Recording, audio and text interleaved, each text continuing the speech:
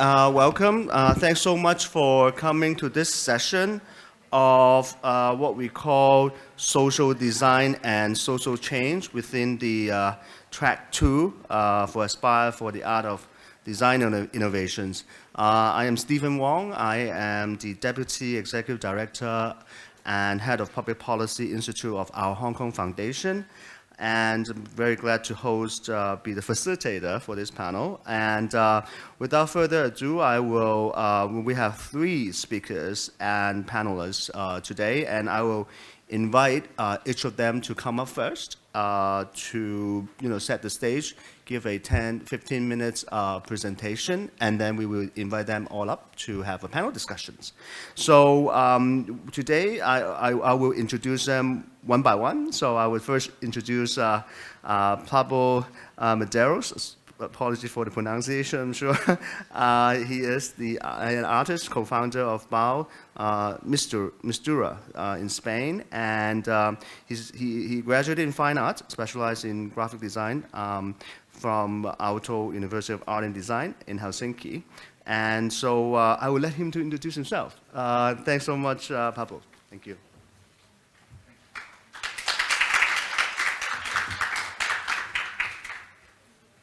Yes.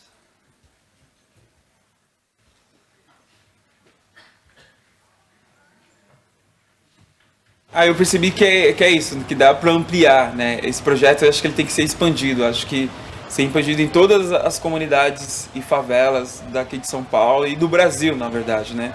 E do mundo também, né? Porque tem periferias e subúrbios em outros países também. Eu acho que é isso, vocês conseguem dar um pouco de esperança, falar assim, sabe aquele lance, olha, alguém ainda olha por nós, alguém ainda se preocupa com nós, né? Então isso é muito gratificante, esse trabalho que vocês vêm fazendo.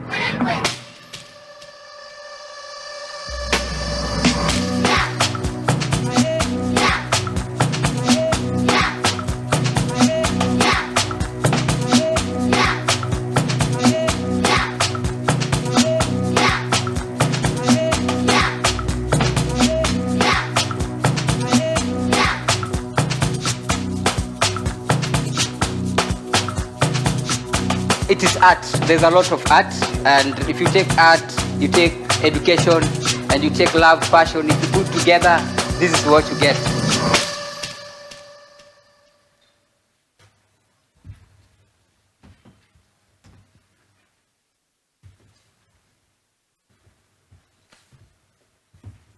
Okay, it's a PDF. There you go. Okay, so good morning, everyone, and thanks for inviting me and my team to this great summit. So, but I like to paint since I was a little kid. Well, I guess we all do, right? But we all arrive to that age where we are told to do more productive stuff. In other words, we're limited to copy pre-established models. But, as everyone knows, art is not the easiest way to make a living. So I grew up with my 3 best friends doing graffiti all around my neighborhood. And while the rest of the kids were focusing on more productive things, we continued painting murals. Then we graduated from college, and we had to take the decision of what we really wanted to be in life. So we took a bet for our true passion, which is urban art. Well, today urban art is widely present in our surroundings, in our cities. And even though it's a really recent and young artistic discipline, it has grown and branched as fast as our cities.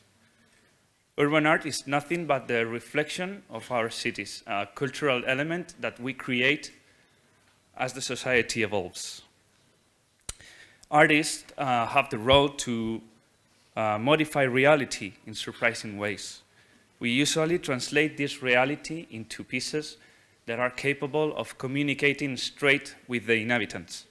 Through these pieces, we would like to show the people, what daily life is with a pair of new eyes just to wake us up. So all through the years, we've realized that with our work, we are appropriating of a space that is not ours. This is the reason why we have developed a deep sense of responsibility towards the place where we are working. To develop better projects, it is necessary to improve the existing reality.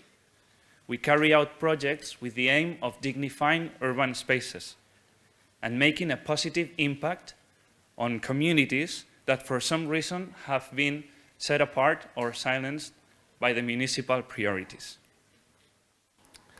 Firstly, we begin our work with a visit to the community in order to get to know the neighbors and hear their stories.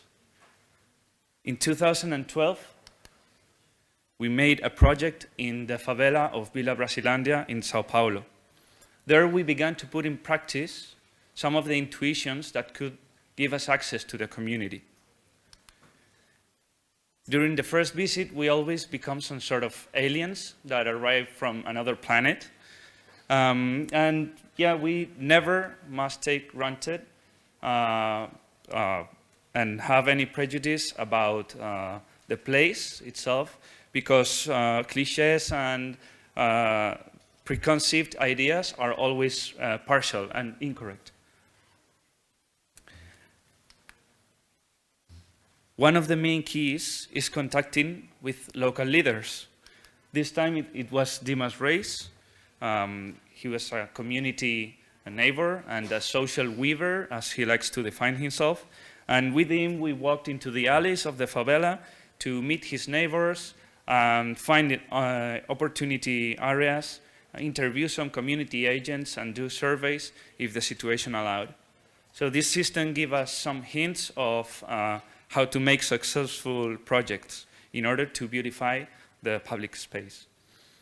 So we decided to place our work in this kind of winding alleys that communicate the houses of the favela and that every neighbor had to use to get into their houses. We wanted to give some color to these spaces and write words that somehow reflected the spirit of the favela. Words like beauty, love, sweetness, strength, or pride were painted to enlighten these alleyways. In the end, the story of a place is based on what the neighbors have lived. But this story is also articulated not only in the neighbors' eyes, but also in the media, politics, films, or music. Traditionally, the stories tied to rundown communities are related to violence, hunger, or lack of hygiene. When we approach these communities, we do it in order to listen, to share a space with them, and nurture ourselves with their knowledge. Then we transform this reality into a plastic piece capable of expressing some of the main local values. Landing in communities like this requires an important meditation exercise. Analyzing local identity is the key for a successful project. In 2015, we traveled to Kibera, which is the biggest urban slum in Africa, with over 1 million inhabitants. It is an ocean of shanties where the sense of community is a result of the resilience of their inhabitants. Poor health, malaria rate, or infant mortality are critical here. Houses are built with clay and tin, and people live with no electricity, water, or bathrooms. We felt an enormous responsibility here, since the minimum conditions for a decent life were not guaranteed. But once you get over this first impression, you discover a totally different reality. A strong, creative, and living community with the will for overcoming obstacles, that face life with a smile and infuses an amazing survival spirit in children. At this time, we decided to place our project in one of the most important public spaces in Kibera, which is a schoolyard for several local schools and a common ground for public events such as political meetings or soccer matches. Walking around Kibera, we found a very common element used by women. These colorful fabrics are beautiful. And also we could appreciate a small detail that made them unique. There was a small proverb written down in every fabric, always different, but that the owner could choose carefully when buying. So like this, we decided to make our own pattern inspired by this identity thing, and paint a huge fabric on the plaza that read Sisi ni Masuja, which means we are heroes in Swahili. It was a message to improve the common self-esteem, reminding them that the feeling of belonging to your community is one of the most valuable qualities to defeat adversities. This kind of context highlights the lack of stories capable of generating a consolidated cultural network. It's in these areas where we have developed the most of our projects. Our work and its process aims to form a new network between the places and the people that live there. On large-scale projects, several neighbor meetings are required. It is important to establish a working system that reaches the most of the neighbors. Once designed the project, we proceed to a presentation and ask for the permits to the execution. In the middle of this year, we carried out a project in one of the largest informal settlements in Europe, which is La Cañada Real in Madrid. It's a linear city built along 15 kilometers of an old cattle road. A community of gypsies, Moroccans, and Spaniards who live with the stigma of poverty, lack of education, and violence. This stereotype is so rooted in society and ratified by the media that it ends up increasing the social exclusion in which the neighbors live.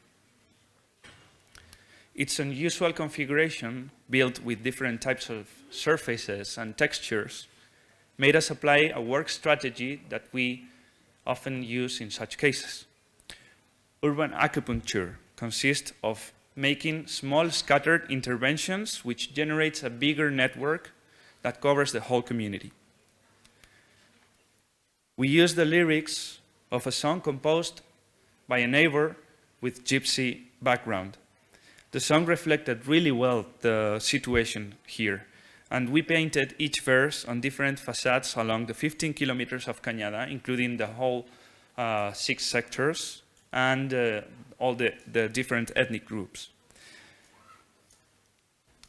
Our work is the perfect opportunity to develop speeches that avoid stigma and enhance identity, for claiming the feeling of belonging. Art and culture become everyday elements that narrate a new story, based on a punctual activity but that leaves a deep trace of inspiration in people. Empowerment is the final goal. Achieve stronger and freer communities. This said, it is important to involve as many neighbors as we can. Part of our work methodology is giving the neighbors the chance to choose how their community will look like, as well as showing them the know-how process and culminate the work with the parties to celebrate the work done. So last November, we made an enormous project in Guadalajara, Mexico. The place where we decided to work invited us to use the opposite strategy to the one shown before, creating a huge landmark that calls everyone's attention and works as a loudspeaker for the community, taking out of the institutional silence. During the complex design process that lasts over a year, the design government, the city's government, supported us by doing several activities in the neighbors, helping them to appropriate the square again, which was previously taken by the drug dealers. So once the neighbors were on the same track, they had to decide. We proposed them 2 design options, both inspired in the wonderful cultural heritage found in the region. And by this, we try to give the neighbors who normally remain unaware of the institutional decisions a voice that can empower them to vote and therefore decide the future of their community. When the situation allows us, we direct the intervention as a workshop, working all together without any kind of distinction. Men, women, elder people, youngsters, or children are invited to work together for a common goal. We try to offer, in an indirect manner, a professional training as painters. Hiring unemployed neighbors or art students increases the intangible heritage and improves the professional curriculum of the participants. So whatever the intervention strategy is, every project aims to achieve a goal that depends on the context where it takes place. To achieve this, we must first be able to capture the viewer's attention, surprise, and transmit them something else rather than a beautiful image. The works need content, a message capable of inspiring a change in our way of thinking. And if we involve them along the process, changing the place where they live in, we also modify their relation with the context, obtaining as a result a better cohesive community. These are the two layers for which we try to contribute to the cities, one material and the other immaterial, so that from the enrichment of the place, the neighbors can feel truly citizens with all the burden of rights and responsibilities that are implied. In the end, we try to make visible the invisible and celebrate citizenship. Thank you very much.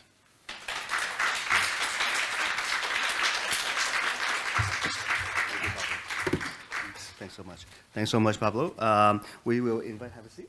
We will invite the second speaker, Helen SO, who is the policy researcher for our Hong Kong Foundation. She's one of the authors for our arts research report called Arts Innovation, and she will share a bit more on some of the thoughts.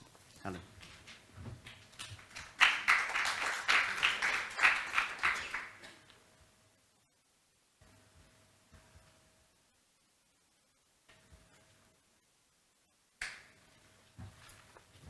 Thank you, Stephen. I must say it's quite nerve-wracking to have your boss, present you on stage. So I will try my best. I'm Helen, and I'm delighted to be here. Thank you to the SE Summit for granting me this opportunity to share a bit about the research I do as a policy researcher for arts innovation at our Hong Kong Foundation. So today I will share my thoughts on social designs for inclusive communities. And we shall look upon this in two angles. The first is looking at it through the lens of participatory arts, and much of this content will be drawn from this report on arts and social inclusion that we published earlier in March this year. As for the second angle, I will discuss social design through the realm of public art. Apparently a common theme for today, and this was inspired by a public art pilot project I was involved in just a couple weeks back. Both of these I will discuss in the local context in Hong Kong here, and to begin, let me dive straight in to tell you a bit about our report. So our paper entitled Celebrating the Inclusive Power of Arts is the first of its kind in Hong Kong, in that it is the first policy advocacy paper that takes a first jab to promote the social agency of arts as a form of social and health innovation. Having met with 132 local stakeholders who are committed to regular arts activities, and having conducted a series of 13 focus group interviews, our study analysed and documented the conduciveness of participatory arts on certain groups of demographics in Hong Kong. We covered, music therapy with the elderly, as well as theatre with ex-offenders, persons with different physical and mental impairment, as well as at-risk youths and ethnic minorities. So in our findings, we found that the conduciveness is manifest in both personal and social ways. And after analysing some of the gaps and challenges in the system, we identified that more concerted effort should go towards giving arts a role in the government's policies to enable a more resourceful mobilisation of arts and public policy so that a more inclusive community may be fostered. But of course, we're not here to discuss these recommendations today. So having given you a nutshell understanding of our report, let's navigate back to the question, where does social design come in? How do social design elements manifest themselves in the participatory arts? And what role does it play? Actually, it was not till much later on when I started to understand a very important connection between the two. It was actually triggered by an interview I watched on Cheryl Heller, who I'm sure most of you will know is the one who founded New York's first MFA Master of Fine Arts program on social design. And this is what she says. It's quite a long quote, so I'll just break it down for you. So she says that the secret sauce for social design is simply participating in the process. Because participation is enough to inspire collaboration and engagement between diverse minds with different needs and experience. And then she notes that the essence of social design inevitably lies in the process used to find it, with this process to mean the process of participation. So Heller makes it quite clear here that social design and participation are in most cases very much part and parcel, and that the process for social design almost always presupposes participatory elements and some sort of collaborational involvement and engagement amongst people. So with this in mind, now would be a good time to give you an example of an initiative from our report that quite nicely exemplifies social design processes through arts participation. And this is Star Theatre, a theatre troupe that we interviewed.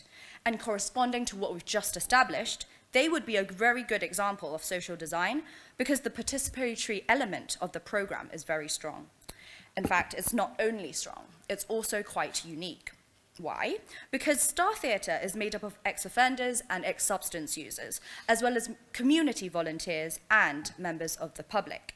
All of them come together in the name of drama and participate in the whole production of the theatre piece, from co-creating the script to making the theatre props, etc. So this drama troupe, as its own entity, is actually quite a new development. It only started out 2 years ago, around 2016. But despite this, they have so far been able to meet their goal, which is to release a new production every year.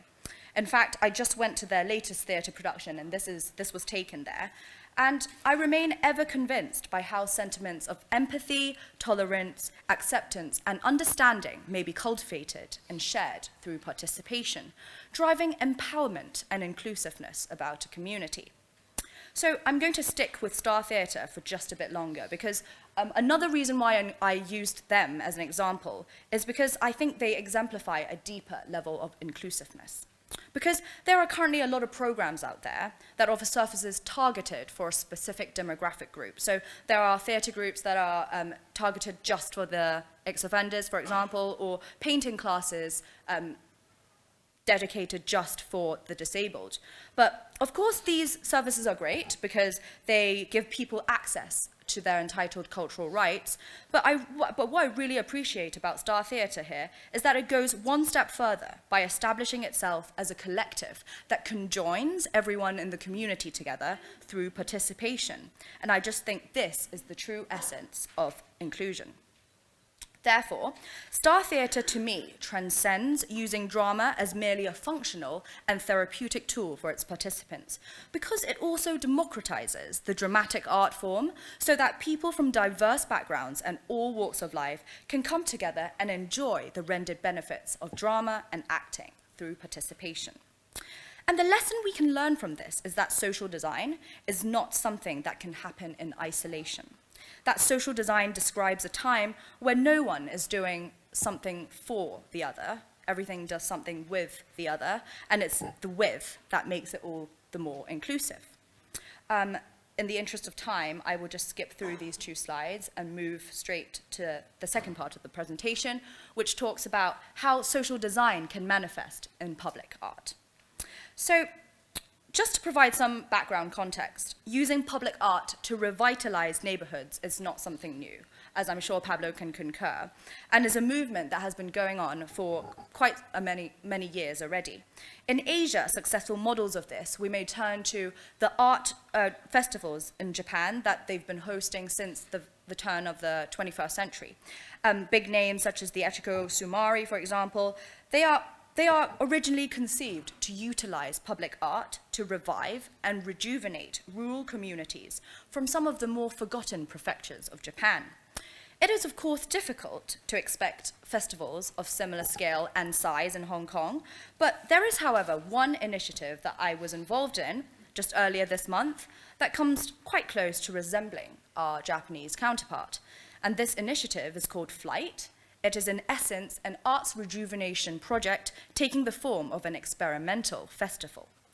It took flight here in Hong Kong 2 weekends ago in a village of Shalowan in northwest Lantau, unofficially known as Hong Kong's disappearing village. And as you can see here, that's the village, and it kind of looks straight on to the back of the Hong Kong International Airport with the mega bridge cross-cutting its panorama. And this village had over the years lost its young to the neighboring Lantau. This is Billy, a villager who lives in Shalowan, and he is flighting his panyin kite on what used to be his beautiful home beach. After so many years, Shalowan remains inaccessible by car, only reachable by foot or by ferry. So in these circumstances, the village suffers severe depopulation because many have fled. So the Flight Festival was presented by AFTEC, which is short for the Absolutely Fabulous Theatre Connection, and it is a non-profit arts organization in Hong Kong dedicated to advocating the use of arts in education and the power of arts to transform and innovate. The 2 weekends of programs explored the concept of placemaking through a series of public art making and exhibiting, engaging artists, scientists, volunteers, as well as villagers to co-create and collaborate in art together. With the mission to breathe life into this disappearing village, the festival culminated with 3 very impressive visual art installations which had been inspired by some of the distinct characteristics of the Shalowan village. This first landmark installation is called 1,000 Miles Eye and is created by 2 artists and crossover scientists from the UK who flew in just to create the work. And this was designed with the purpose to invigorate in the Shalowan villagers a sense of belonging. The fishing boat you see refers to Shalowan's history as a fishing village, and the sculpture itself is entirely made out of bamboos and vines, which are collected from the village of Shalowan and collected by the villagers, actually.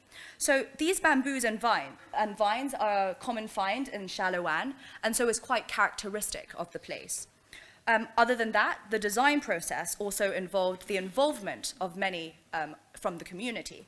As you can see on the left, that's one of our UK artists holding 2 different designs. And then on the right, you can see the villagers having a vote of which design they would want in the village. And evidently, this is the winner. So, and moving on to the second installation, this is called The Floating Net, and it resembles a fishing net-like sculpture, and of course also pays homage to the history of the village as a fishing village. The detail, if you see closely, is that it floats and it drifts in the sky, so it perhaps can comment on how the disappearing fishing heritage and how it's slowly being eroded by the aviation industry. Now, this third installation is created by an artist and material scientist crossover. And if you look closely enough, you may just be able to see it. You can vaguely see a natural rainbow there. It's supposed, there's a rainbow there.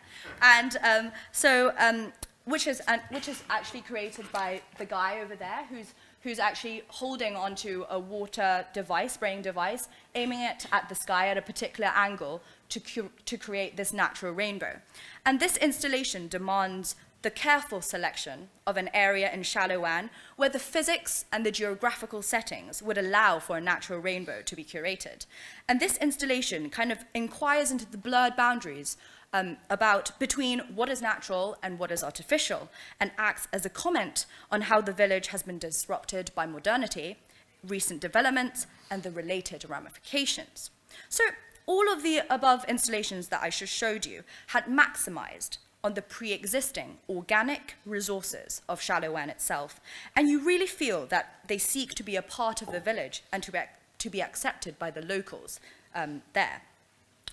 Aside from the installations, there was a lot of other public performing arts happening. So there are loads of outdoor immersive theatrical workshops, there were dance performances, there were physical theatre shows, talks and fireside chats as well with the villagers and artists alike. So over the 2 weekends of this festival, the village was bustling and locals fled out to the main square to set up food stalls to welcome visitors in and take them on docent tours of the village, etc.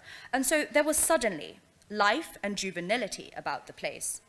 So looking deeper, all the public art involved in this festival had carved out a space for social design to take root because they invited community and social participation, rekindled a sense of communal belonging, and most importantly, allowed the villagers to rediscover the resources of the region and regain their pride in living there.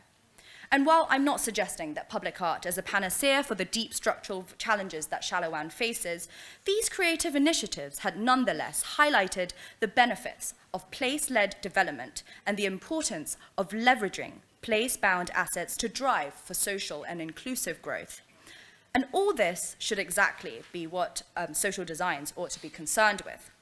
Finally, before I draw to a close, I just want to mention, in case some of you might have missed it in the news last month, that Hong Kong will see later in the year the opening of the city's first kids' playground themed on inclusivity.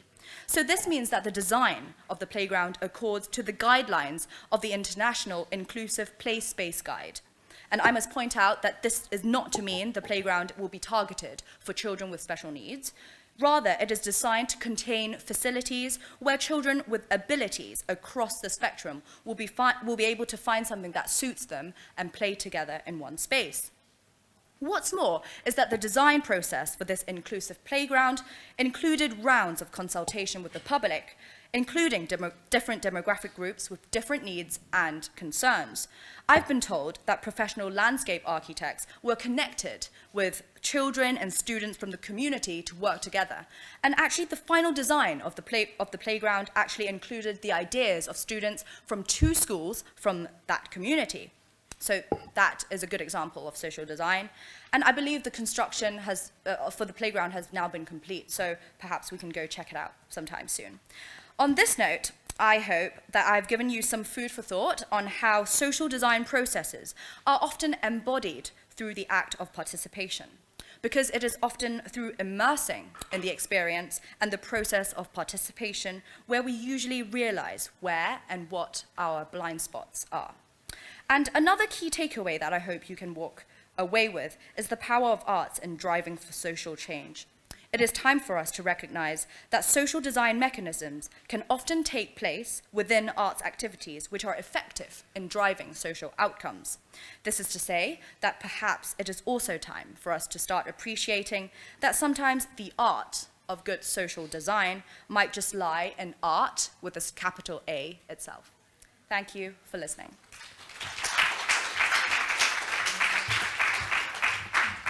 Thanks, Helen.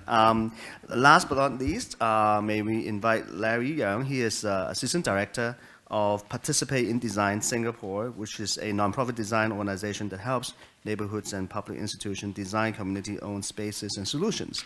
Please, Larry. Thank you.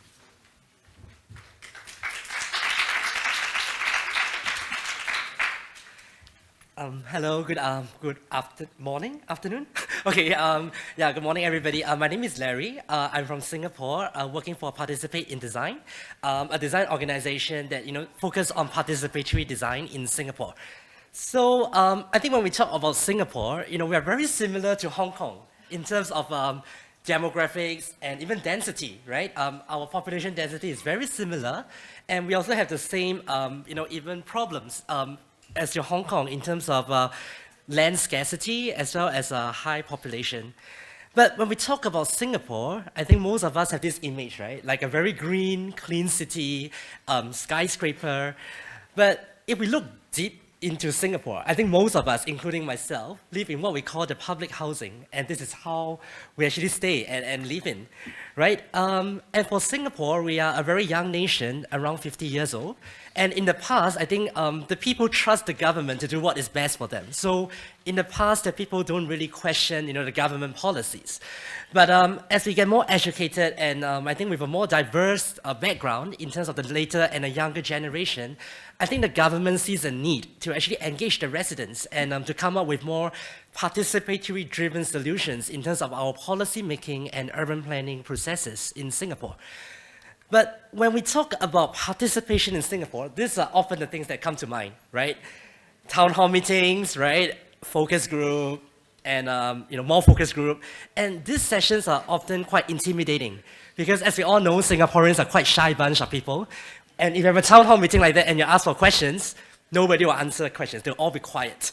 So this led us to think about, in Participate in Design, how can we break down very complicated, design concepts such that we can actually involve everybody, and a community in shaping our built environment together, right? So today I will be sharing 3 projects across different scales on how we do participatory design in Singapore in a more interesting and fun way.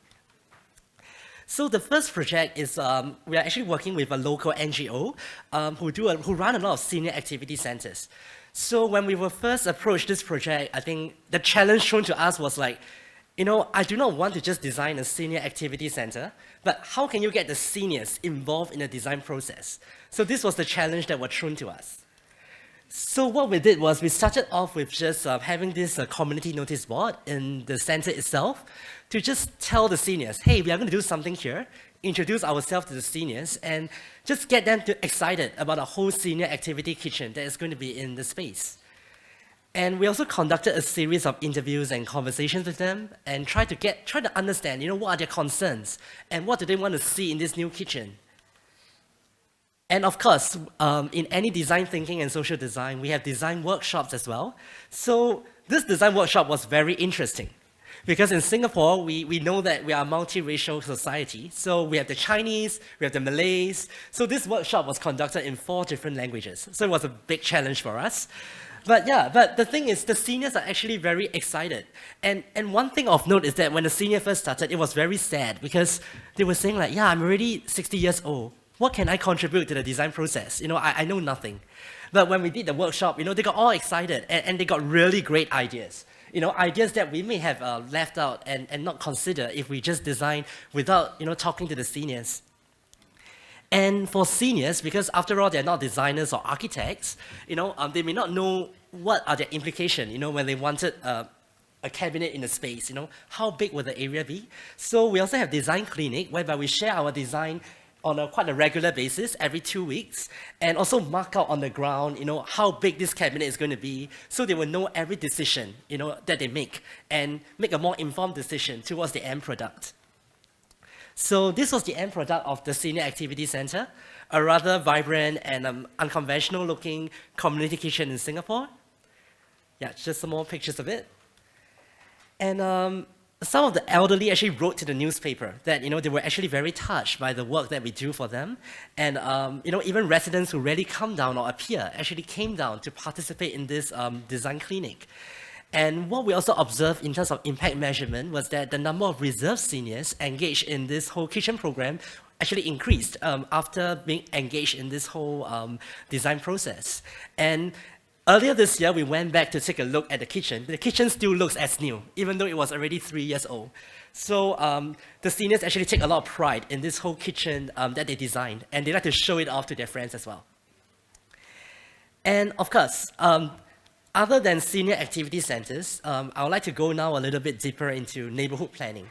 Because in any neighborhood planning in Singapore, I think most of the time it is very authority-centric, meaning people and citizens will not usually have a chance to decide what they want to see in the neighborhood. So for this project at Tampines North, one of the neighborhood in Singapore, the advisor told us, can you guys design some programs to involve the citizens and the residents in the design of this neighborhood?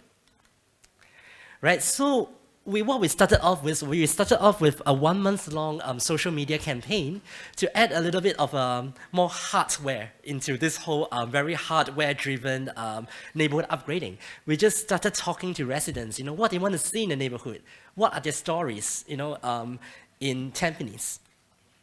And we also have an ideas board whereby we try to engage people who are very busy, to also write down what they want to see in the neighborhood and what are their visions and dreams. And we also conducted a series of what we call the stakeholder workshops to bring different agencies together, because we know that, I'm not sure about in Hong Kong, but in Singapore, agencies don't really talk to one another.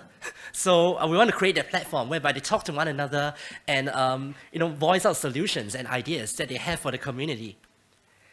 And we also have what we call a series of walking conversations, whereby we walk with the residents to point out to us what is working well and what is not working well in the neighborhood. And we know that getting people to come to us is very difficult. So we really want to go to where the people are.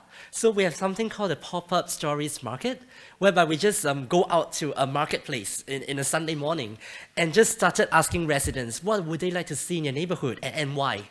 Right? Such that even your 80-year-old grandma or a 15-year-old kid, you're not excluded from the decision-making process. So such that a young kid could also be involved in this whole process. And for residents who are more enthusiastic and have more time to spare, we have something called a community feedback workshop, whereby we get our architect-trained volunteers to draw out ideas of the community and ideas that the residents have in their neighborhood. Right? So what the residents actually told us was that they learned that redesigning the neighborhood could be interesting and also an enjoyable activity, because we are actually breaking down what is only relevant for experts, but opening up for the community so that everyone can be involved in this whole process. And for the last project that I'm going to share is the playground spaces, right? The irony is that I think for any playground spaces, be it in Singapore or around the world, the users of the spaces are usually children. But have you ever wondered, in any design, why are children not really consulted in terms of a playground design, right? So this led us to start a project called Hack Our Play, a movement in Singapore that we collaborated with Lian Foundation and St. James Kindergarten to really rethink the way we design playground spaces in Singapore. So we started off with a series of pop-up play in a neighborhood in Singapore, because we want to use the idea of recycled materials, but we are not sure how the public reception to it will be.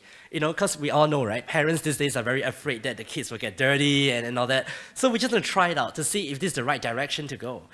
And thank goodness, I think the response was really positive. So we got really good feedback from the public. So we know that this is the right direction for us to take.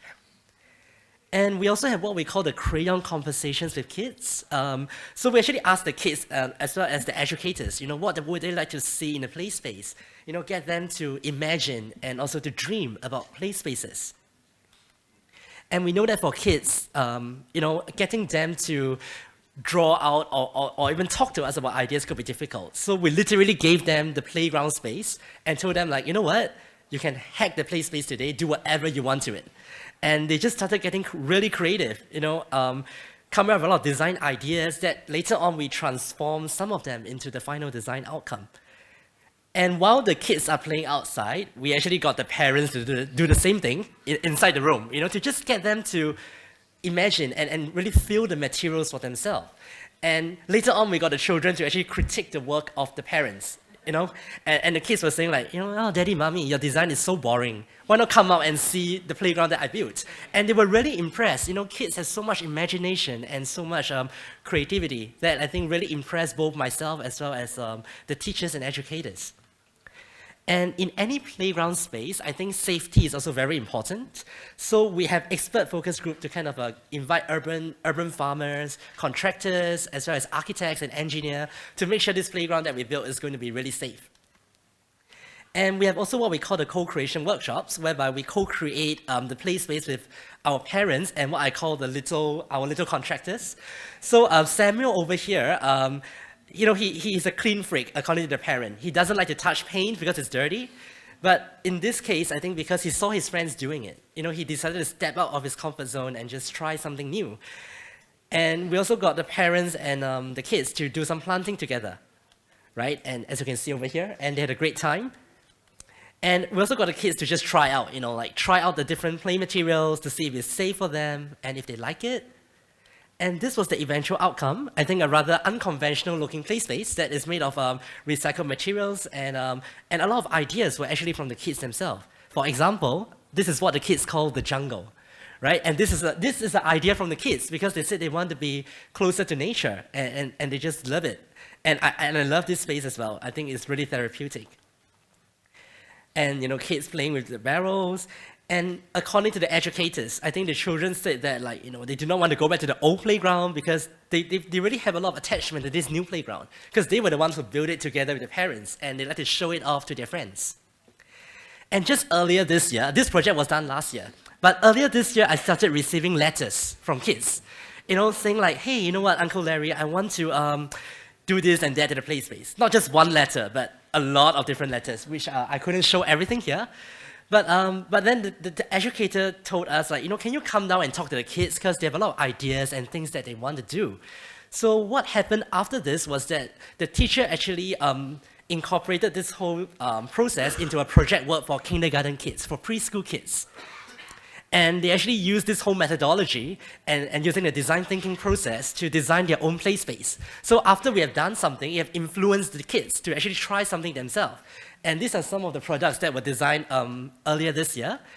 And kids are actually doing design thinking at such a young age and really encouraging them to have a more awareness in terms of citizen engagement. So I think that the educators really love this process. And I think for us, we thought this is a good example as well in terms of social impact for kids. So even though it's just a playground space, but the project has a lot of potential to really influence a community and the next generation. So just to sum it up, I think there are 5 principles that drive our work, but I would really want to highlight that, in any design, process is just as important as the outcome. And I think in any design thinking, we want to make people visible, through whatever framework that we do. And we really hope that, through all these 5 principles that we do, we will be able to kind of have a more collaborative design spirit with our community partners and as well as building relationships in the long run with people in our community. And I just want to end off with this last statement, that we hope to renew a sense of belief that every individual has something positive to contribute to the design process. And everyone can be collaborators and not just consumers. Yeah, thank you very much. And have a good day. Thank you.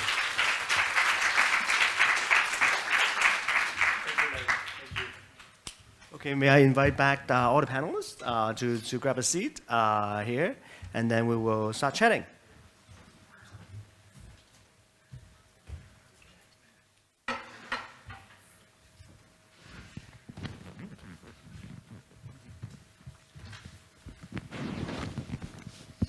Okay, well, I tried to, I think we covers quite a bit of ground here with pretty diverse topics. I'd love to get involved, some of all of you, all of us, together participate in this, conversation as soon as possible.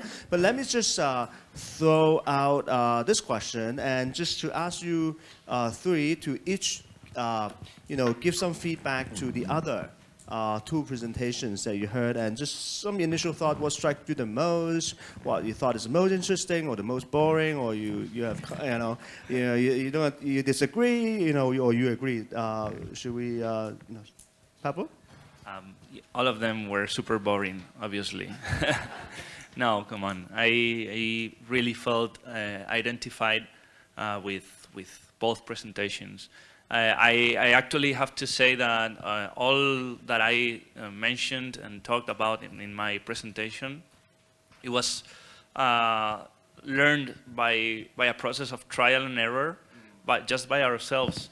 And it's really gratifying to see that we have generated some ideas and intuitions that are closer to the ones that have been mentioned in the other speeches. So I'm really glad to hear same impressions and same approaches from all of us. So yeah, you didn't use the term design thinking, but that spirit seems to be integrated with the whole presentations that yes. you talked about as well. Yeah, somehow not mention it, but yes. Helen? Yeah, I think it was actually quite it was a really good. It seemed like a really good combination, like the 3, because Pablo started off talking about social design in terms of kind of landscapes, kind of using physical spaces, right? And then for my presentation, I talked about social design through the participatory arts, performing arts, and then finally Larry talked about the process of social design elements in the process. So I think it's really interesting to look at social design in different layers, and so I found that quite good and quite inspiring. And as for I really wanted to ask Larry. Actually, I was really. I'm the facilitator, but go ahead. Yes, you can. Yes, I just wanted to say then that I actually really agree with what you mentioned, the inclusive playground. Like, why is it only for kids? It doesn't actually have to be only for children. And it made me think, a playground can actually be a space that conjoins, it can foster intergenerational kind of dialogue as well, because grandparents can go and bring their kids there. So there should be facilities that cater for both children, parents, and people from all walks of life. So I just thought that was that kind of, yeah. Thank you. Larry? I think I'm very impressed, actually, because I've been a fan of Pablo's work. I mean, since I met him in KL earlier this year. And being able to hear from him the works and the thinking behind it, I mean, for me was very interesting. And for Helen's works, I think I'm equally impressed, because I'm born in Hong Kong, so I've always been very interested, in the landscape of Hong Kong, but I don't have a chance to work here. So I'm really glad, participatory design and social design has a place in Hong Kong, and I'm really glad that seeing social design being really blossoming, I think around the world. I think from both of your presentations today, I think it's something that I'm really very impressed and really get me excited. Yeah. Okay. Well, can you share some of the challenges? Because you've been, Pablo, you have did it in different places, right, around the world. In Brazil, in Mexico, or in Spain. And can you just talk a little bit about, are there different set of challenges where, when you do this in various places, when you engage the community or when you engage potentially the government, or do you have to sort of work with the local government as well? Can you share a little bit of your insights on that? Yeah, we do work in a various in a wide range of with a wide range of people, like and agents, from the big governments and city governments to the most tiny neighbor association. So, but in the end, we work with people, and we work in communities that share some issues, and they have always the same problematic and they share same issues. So in the end, our work is very human, and is based on human relationships. So even though the context and the approach that we do in different cities is different, the result is always the same. It's always engaging people, and it's based on dialogue and hear and listen to their stories. So I would say that we all are kind of the same people and share the same ideas and problems everywhere. What is the usual length of time you have to engage them before the work can actually carry it out? Like a year? Do you spend a year with them, or how long is the work? Yeah, it depends on the scale of the project. For instance, the one I showed in Mexico, it took over a year of designing the process and make everybody involved aligned in the same direction, because one good thing that institutional work have is that you can reach a bigger scale, and you can do bigger scale projects, but they take a lot of time. But the one I showed in Madrid, it was a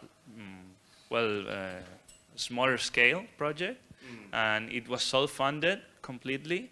So that got us the possibility of making it faster. Like within 2 months, it was designed and done. So Wow, okay. I mean, Larry, like, in Singapore, I guess, as you said, there are some similarities to Hong Kong, but I don't know whether we share this, is that, if we were to get a community together to agree on something, to do something together with the same goal, it probably takes a bit of a challenge. And do you see that, what is the skill, or how do you sort of, what are some of the tips that you can share with, bringing people together, working towards that same goal, some of the thoughts that you can share with us? I think the key word is empathy, because I think in Singapore we have a lot of challenge. For example, earlier on I shared about the community notice board. Before even getting the notice board up, I think the authorities ask us a lot of questions. What if people, they write vulgarities on it? What if they write they vandalize it? What's going to happen? Are you guys going to be responsible for it? So we just told them, why not we try? We just try for 1 week or 2 weeks. If things don't work out, then we can always just take down the banner, right? And I think in any work that we do, I think we need to really get the support from the advisor or the member of the parliament. I think if you have their support, it will really make things a lot easier. So that's why I think we always believe in building relationships, because I think once you build a relationship and trust with whichever community that you're working with, I think it will make implementation a lot easier. Yeah, so I think that is a little tip I think I will have to give in terms of working with communities. Yeah, talking about playground in Hong Kong, right? A lot of this park, we are not allowed to bicycle in it, right? We are not allowed to run in some of these parks. So, for example, I have a three-year-old kid. I don't know, where to bring them, right? Just, run or bike or whatever. Because obviously, authorities will be, concerned about safety and a lot of these things that they bureaucratically just don't allow you to do. So maybe adding on to that point, the playground project that I shared, if you realize, is actually within a kindergarten space, right? Initially, we had plans to actually do it in a public park. But we were in talks with our authorities in Singapore for 2 years. But nothing came out of it. Eventually, they gave up a space, but it was not the ideal. So in the end, that's why we decided to go with a private kindergarten. And but I think soon after it was built, we actually invited back our community partners and even some of the government agencies to take a look at it. And they're actually quite impressed by it. So I guess we always need to have that one example to show them that, this can be done. Then they will probably consider, for future projects that, they can explore a similar approach in terms of doing the project.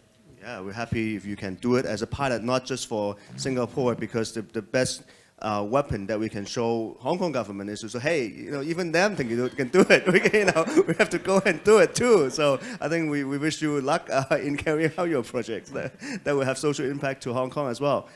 Helen, can you share a little bit more about since our topic is social change, can you talk a little bit about how what you see arts or design can bring about social changes in Hong Kong, aside from some of the public arts that you talked about and participatory arts you talked about? Well, I think currently, actually, arts is starting to be coupled with the topic of health and well-being, actually. So I think kind of the next step for Hong Kong, or just for everyone to start thinking about, is kind of how arts can be more resourcefully, utilized in health discourse or discussions about health. And actually, I'm not sure if any of us here would have heard of, social prescribing, which is picking up, traction around the world, especially in Europe and UK, for example. And so actually, just briefly, context there is, what happens is basically you go to your GP, for example, and your GP can refer you to a community arts organization where they prescribe you that instead of pills or instead of medicine or something. And I think that's kind of, and actually the term for that is arts on prescription. So then the patient, or like the child, or someone with specific learning disabilities, they would be prescribed to a community arts organization, a choir, for example, or a drama group, for example, where the child can have their, if they have speech disabilities or speech impairment, they can actually, through arts, they can release, their inner emotions through other ways, through non-verbal ways. And I think that is a different approach to achieving social change. So, Larry, what's your next? Pablo, what is your next project? Are you? Would you come to Hong Kong, and what would be the considerations of bringing projects to places like Hong Kong? I'm eager to come and leave something here, a big one. We've come this side of the to this side of the globe so a couple of times, but we're excited to with the possibility of coming. What is the initial observation? What would be the challenges? What would be the exciting part of this project in Asia, for example? What are some of the initial observations? Well, I guess the scale it matters in this part of the planet, right. Since the cities are huge and enormous, and the social housing, for instance, is one of the spots where are giving opportunities for making projects. So I think this kind of projects can be done here and in a huge scale. I think that's the main challenge, to bring a lot of people in, and neighbors here are huge. So I think that's one of the main challenges. Okay, I'll just open up the floor. Any questions from the floor to our panelists? Yes.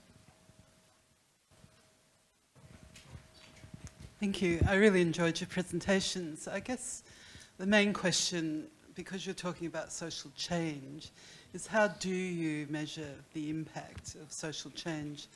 And I guess I'm really interested in the favelas and places where, I understand the objective and the transformation is visual and immediate and people feel good then, but how does it actually translate into a sustainable change, and how does it actually benefit people in terms of improving their equality across the whole society? So, and it's the same with all of the projects. I think.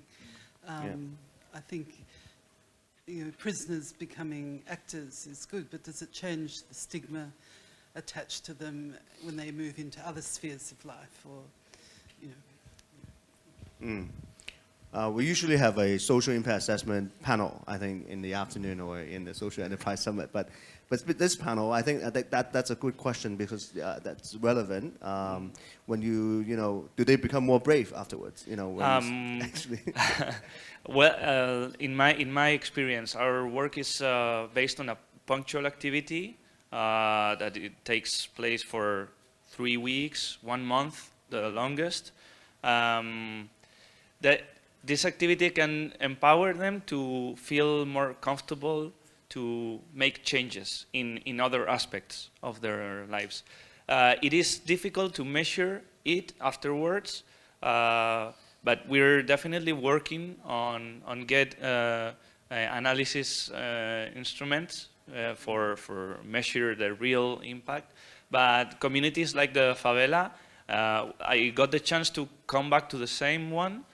We painted 5 years after, and the works were disappeared, absolutely, because this kind of communities grow very organically, and the works were faded. So, as I was saying, our work is based on a material improvement, which is painting the facades and improving the landscape, urban landscape, but also by bringing people in, I think we can empower them to change things in other aspects of their everyday life, and well, you're basically improving their landscape. So I think that's one of. But out of, let's say, the 4 projects, do you have a sense of that you covers?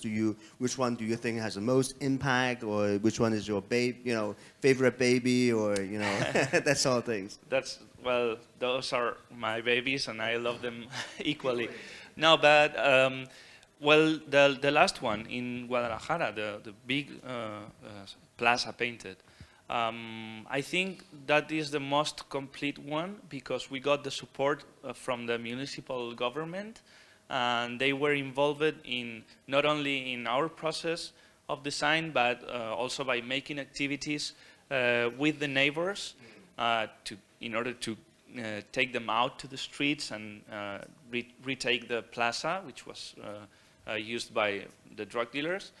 So that took over a year of working with the neighbors by the municipal government, and they have committed also to maintain the work.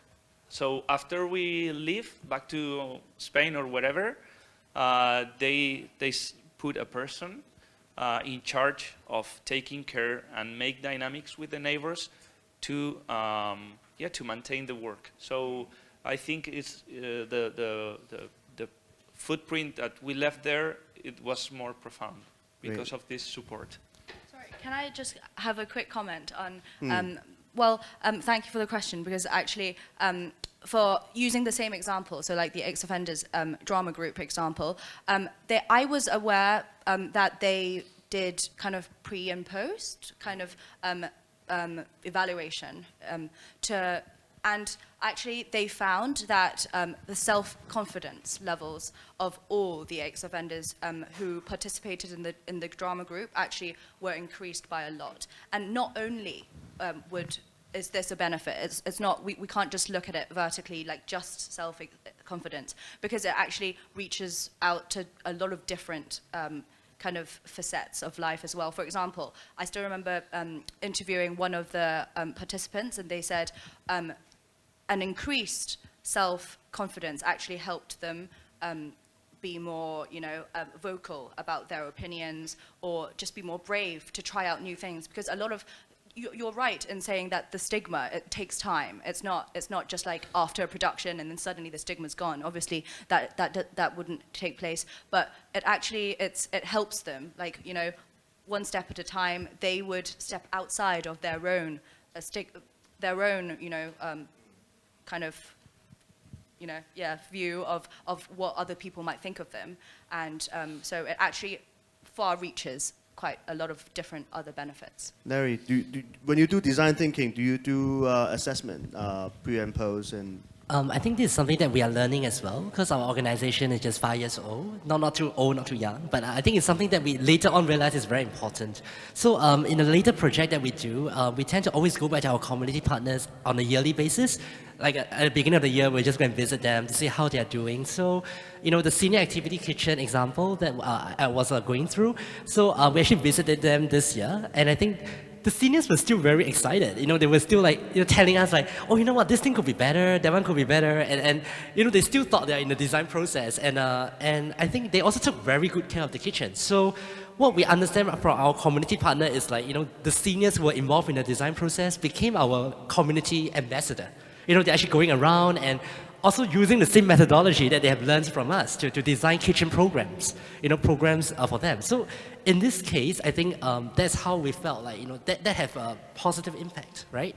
And for the playground project, I think for the kids, for kids to also adopt this whole design thinking methodology, and for educators, teachers to also use this on their kids. So for the kids, from what we understand from the principal, for the playground project that I was talking about, before they actually built that play structure, they actually had to go around the school every class to actually ask permission from the class to sign, to actually agree on it, and to actually present the signature to the principal to say like, they got approval from all the classmates to build that play structure, right?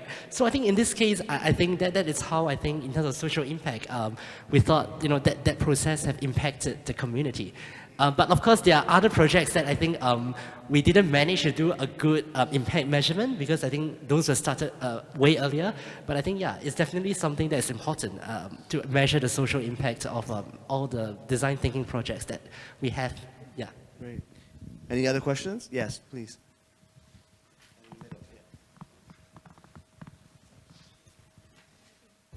Thank you. I would like to ask a question on the concept of selection, because you have collected so many stories from citizens, and also collect ideas from the children, parents, teachers, how a good park should be.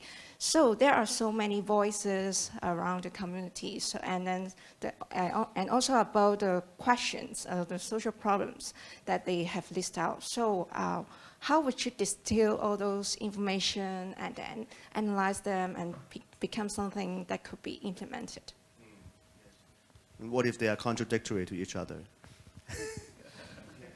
Yes, I think that's your design thinking guy. Okay. I think in any community projects, it is always a problem. Right. For example, let me just give an example. We have a resident who came to the workshop, right? And she said, yeah, I want to have nature in my neighborhood. But I want to have a big tree, but the tree must have flowering plants, but it cannot attract insects. And it must have a lot of leaves, but it must be easy to maintain such that it does not shed leaves. And I think, and we are like, and yeah, I mean, like, I was a bit shocked, but I don't blame her, because she's a 50 plus year old grandma and may not be that educated, right? So in anything, we do not want to judge people like that. So what we did was we took the chance to explain to her, you know what, if you want a flowering plant, you will attract insects, right? You will attract birds. So we kind of take this chance to educate them, right? And back to the question, you know, of differing views. So we actually like to bring them on the same table, right? We were trying to bring residents of different demographics on the same table. Let me give another example. There was a basketball court in the neighborhood that has been around for the past 10 over years, right? So this 60-something-year-old grandfather came to the workshop and said he wants the basketball court removed, because he said that, like, it's making a lot of noise for him for the past 10 over years. So now that you guys are going to renew the neighborhood, right, just remove the whole basketball court. And he was very persistent about it, right? But later on the same table, there were also other residents who are 20-something-year-old kids and also families. So they just asked the uncle a very simple question. If you were to remove the basketball court, where would the kids play? So what happened was he took a look at the neighborhood, and he found out that the nearest basketball court was actually a good 10 minutes drive away. So he got to realize that this was the only basketball court that was in the neighborhood, right? So he actually started to be quieter and didn't voice out so much as before.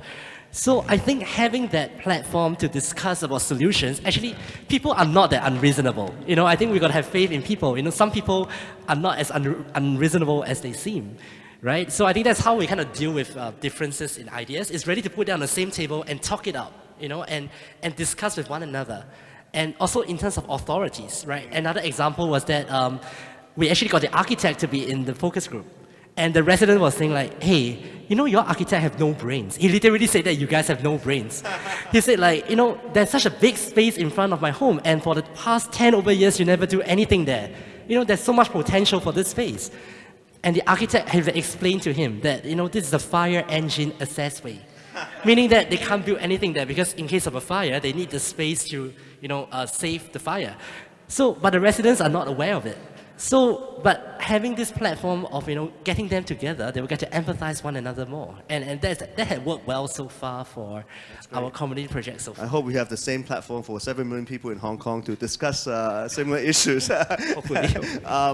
And Pablo, I mean, actually similar questions I have is, you know, I think your art is obviously great, but there must be some people don't like it. You know, living in the same neighborhood, it's like, you know, I don't like yellow, I don't like blue. You know, yeah. Why does all of my wall become blue? You know, how do you deal with that?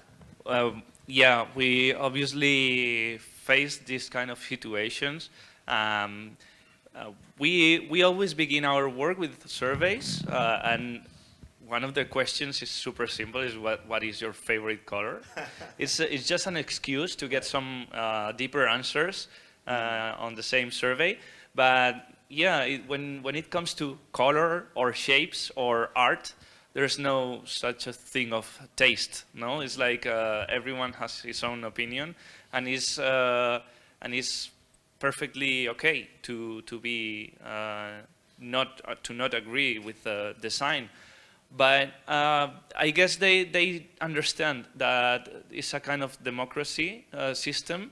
It's where everyone voted for one design, and so they agree, even though they don't like the design, or they may not like the design so much.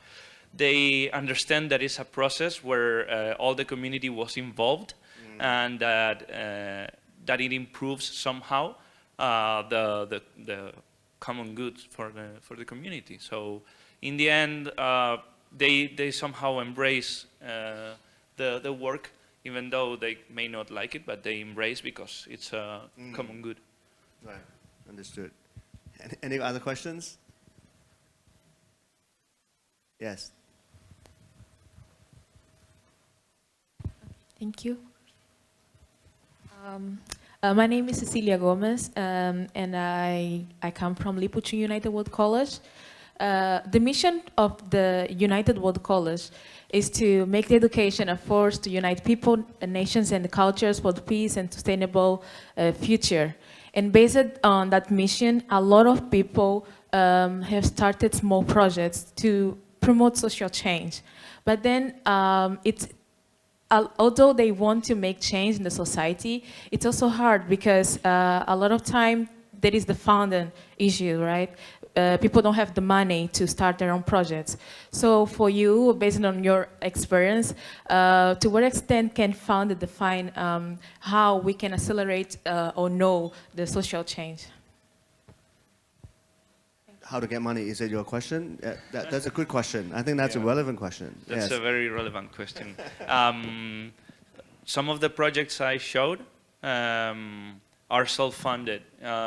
Yesterday, I think I heard someone talking about the first years and the tough times that everybody needs to go through during the first years if they want to, grow and create a personal project. No, so yeah, in the first times, it's always real hard to and it takes a lot of effort, and it takes money that you have to put on the table to get your project done. But it's a bet. It's somehow you're betting for yourself and for your project, because if you believe it, if you believe in your project and in your aims, then everybody is in the end is going to support you. You're in the end going to find the ways of doing it. But we somehow try to combine. I think it's a balanced exercise. We usually combine self-funded projects with others that are funded by big companies or municipalities or cities.